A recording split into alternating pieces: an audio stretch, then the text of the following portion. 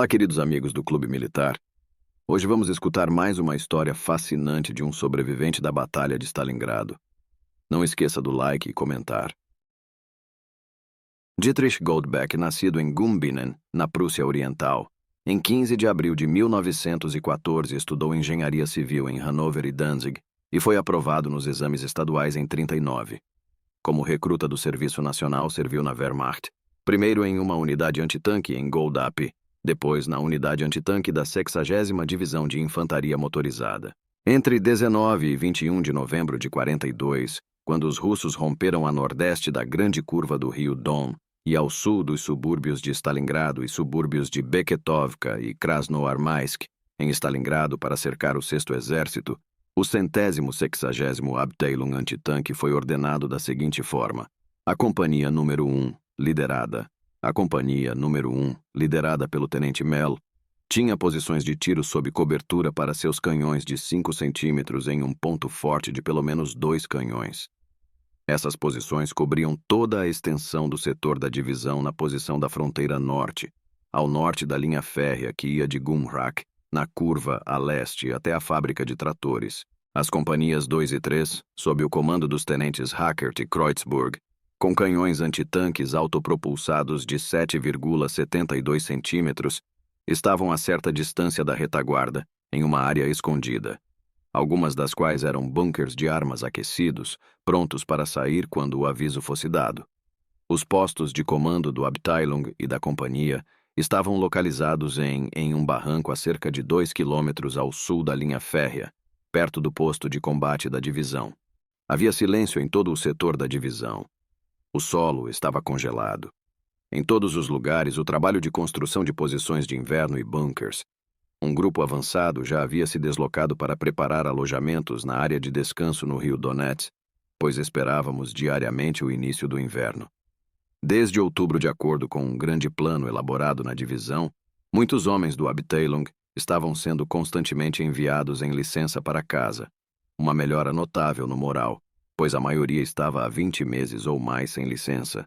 Muitos soldados foram atingidos pela epidemia de icterícia que se espalhou por toda a área a partir de setembro, o que fez com que eu ficasse de cama durante quase todo o mês de outubro, e agora estavam em hospitais militares na retaguarda. Assim, o pessoal do Abteilung foi para a batalha final muito reduzido em número. O efetivo deve ter sido de, no máximo, 280 a 300 homens, talvez menos. Participei pessoalmente do reconhecimento da área de prontidão para a saída do cerco em meados de dezembro e vi que o 6º Exército ainda tinha um número considerável de Panzer disponíveis, alguns deles com canhões experimentais de 12 centímetros e 10 centímetros, canhões navais autopropelidos. Durante todo esse período, nosso setor esteve realmente calmo, em contraste com o sempre ativo setor ocidental, onde os russos faziam frequentes ataques de tanques, e continuamos melhorando nossos alojamentos de inverno, além disso, em nossa área de retaguarda. Além disso, em nossa área traseira, a organização OT estava tentando estabelecer novas linhas de trincheiras. Tínhamos contato por rádio com elementos da divisão reunidos fora do cerco, na grande curva do Don e em Stalingrado. Nossas esperanças não estavam voltadas para o ano novo, pois ninguém imaginava um fim infeliz para o cerco. Em todos os lugares, os preparativos para o Natal estavam sendo feitos, e até onde era possível, as provisões nos depósitos de suprimentos estavam sendo preparadas para que, durante o período festivo, ninguém ficasse insatisfeito. O oficial de comando do Abteilung, Major Heimann, visitou todas as posições de armas nas linhas de frente em 24 de dezembro para distribuir cigarros, chocolate e um pouco de conhaque antes de aparecer naquela noite, para a pequena e alegre feliz festa de Natal organizada para as equipes do posto de comando e das comunicações. Pela última vez, estávamos despreocupados, alegres e cheios de esperança, pensando em pensamentos de nossos entes queridos em casa, amontoados em volta da pequena e reluzente árvore de Natal em nosso bunker. Algumas cartas de casa e as badaladas do sino da catedral alemã nos alto-falantes nos faziam esquecer a amarga realidade.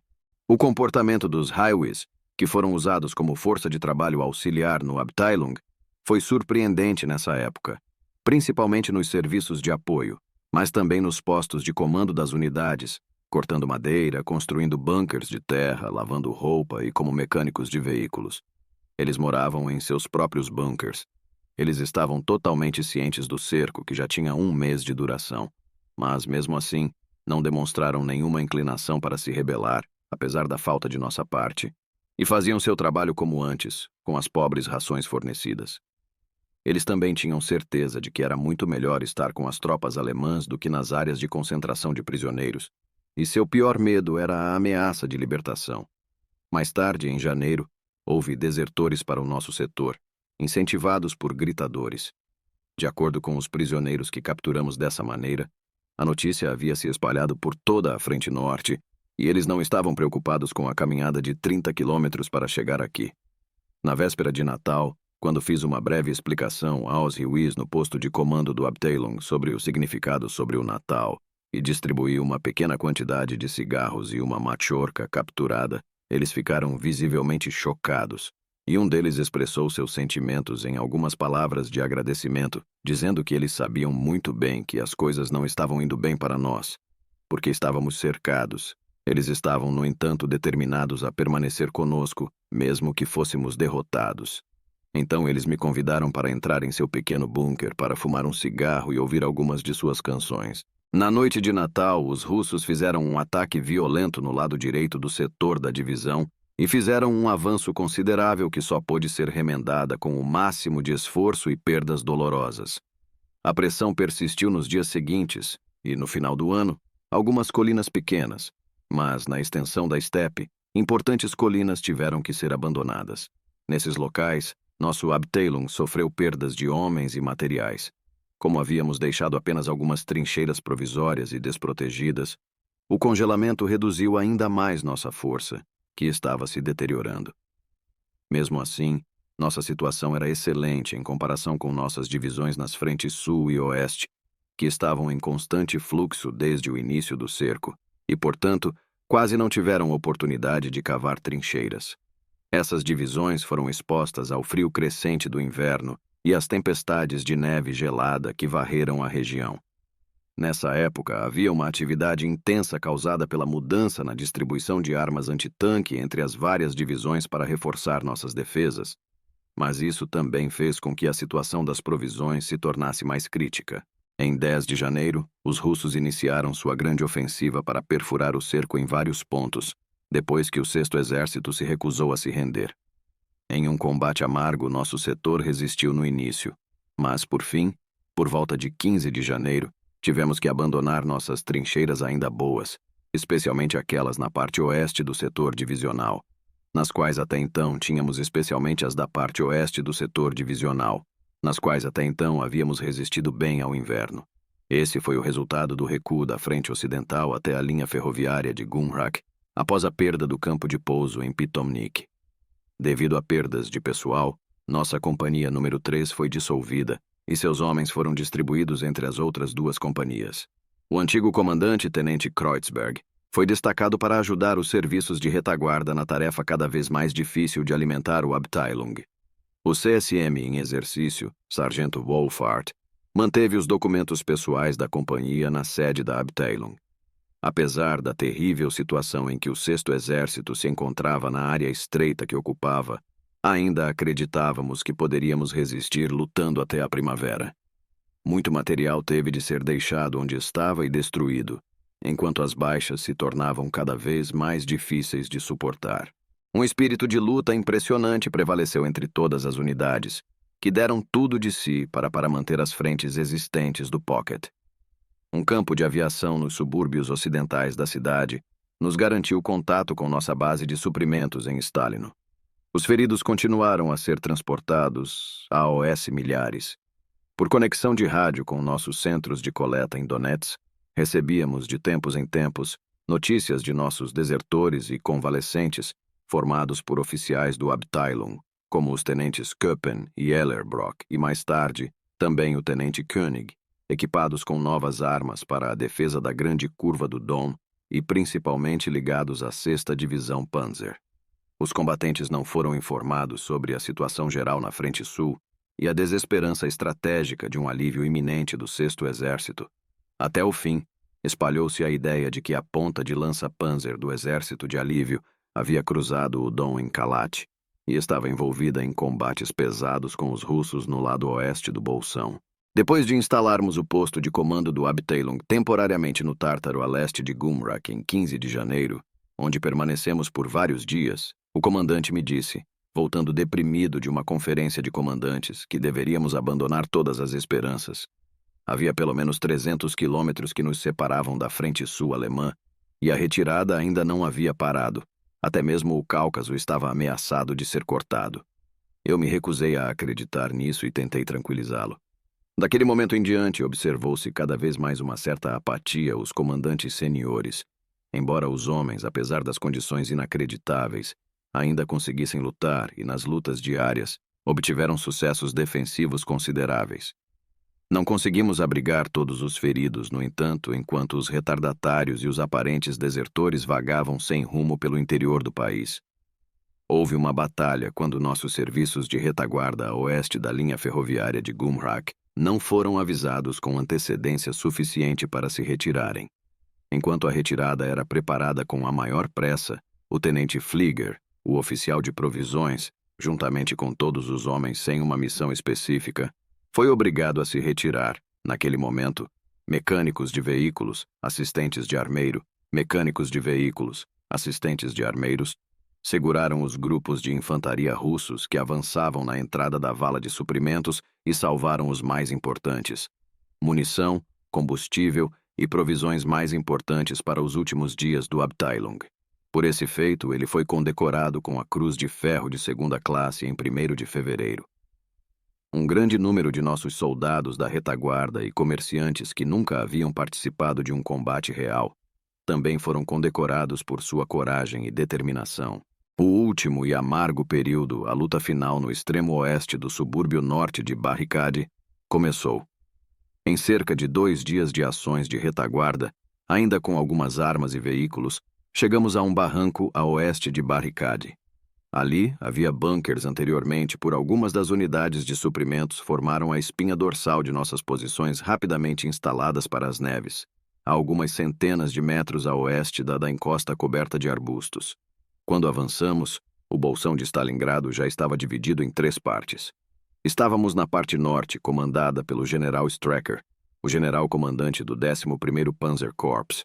Apesar de todas as cenas de batalha assustadoras daqueles dias, em que os feridos e os exaustos pela fome perdiam contato com suas unidades e congelavam AOS milhares na beira da estrada, nos desertos nevados e em trincheiras e bunkers abandonados, e depois morreram ou caíram nas mãos do inimigo, o que geralmente significava a mesma coisa. Apesar de a desesperança de nossa situação estar se tornando cada vez mais clara para cada soldado, ainda continuávamos lutando incansavelmente. Não havia quase ninguém que não estivesse ferido ou com queimaduras de frio. Quando os russos atacavam, o último homem capaz de lutar ficava atrás de sua parede de neve e disparava com uma coragem nascida do desespero. Os feridos graves foram levados para um grande bunker a algumas centenas de metros à retaguarda, de onde o comandante do Abteilung comandou as operações finais. Perto dali estavam os postos de comando do 92º. Os últimos veículos ainda disponíveis em condições de funcionamento foram rapidamente destruídos. Nossas próprias aeronaves eram cada vez mais raras, pois o último campo de pouso havia sido capturado.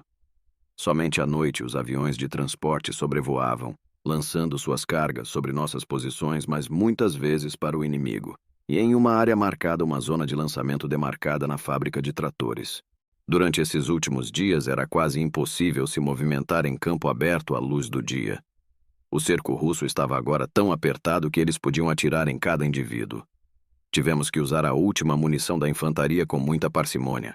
Havia apenas uma arma pesada aqui e ali. Ou não tínhamos munição para um. À noite, nossos elementos de infantaria no barranco recebiam o essencial em termos de comida e munição em um trenó puxado à mão. Em 30 de janeiro, houve um terrível bombardeio de nossas trincheiras. Ouvimos pelo alto-falante de nosso receptor da Wehrmacht em nosso bunker que os bolsões sul e central haviam se rendido. Então eles tocaram a canção dos Nibelungos para marcar nossa batalha final. Eu ainda não conseguia entender. Até então, tínhamos dado um enterro a todos os que caíram em nosso setor, mesmo que improvisado. Agora tudo isso acabou. Os projéteis antitanque de 7,72 centímetros explodiram um após o outro no teto de nosso bunker, que felizmente era o suficiente para aguentar. Não podíamos mais ajudar nossos feridos. Começamos a destruir todos os nossos documentos entre eles. A última cozinha de campo foi destruída. A comida para os homens no barranco era preparada em parcelas. Em 1º de fevereiro, os russos atacaram 2 vezes, após o mais pesado fogo preparatório e bombardeio aéreo.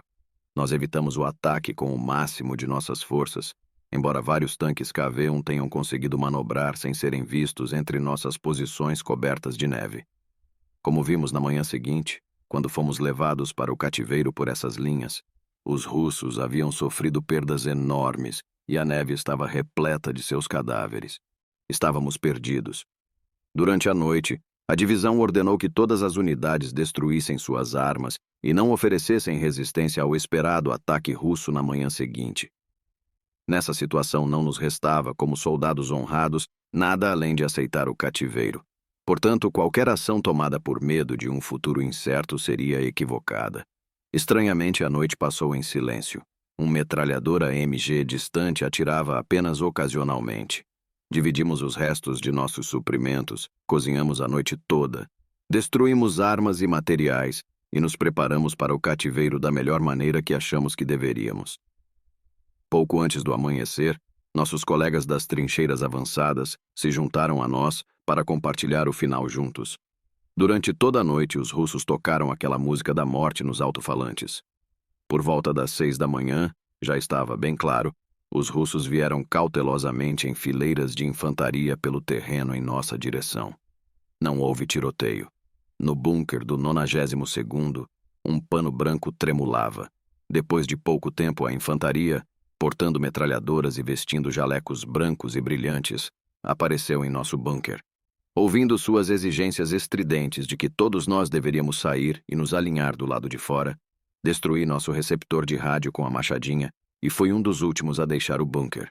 Do lado de fora, eles estavam todos alinhados, cerca de 70 homens, muitos com ferimentos graves e queimaduras de frio. O oficial comandante do Abteilung conseguiu fazer uma saudação final. Assim, em 2 de fevereiro de 43 terminou a luta de nossa unidade antitanque em Stalingrado. Após sua libertação do cativeiro soviético em junho de 48, Dietrich Goldbeck trabalhou na empresa de marcenaria de seu avô em Bielefeld, tornando-se seu proprietário em 82. Ele foi condecorado com a Cruz de Serviço Federal e vive aposentado em Bielefeld. Obrigado por ter assistido ao Clube Militar. Não esqueça do like e até o próximo vídeo.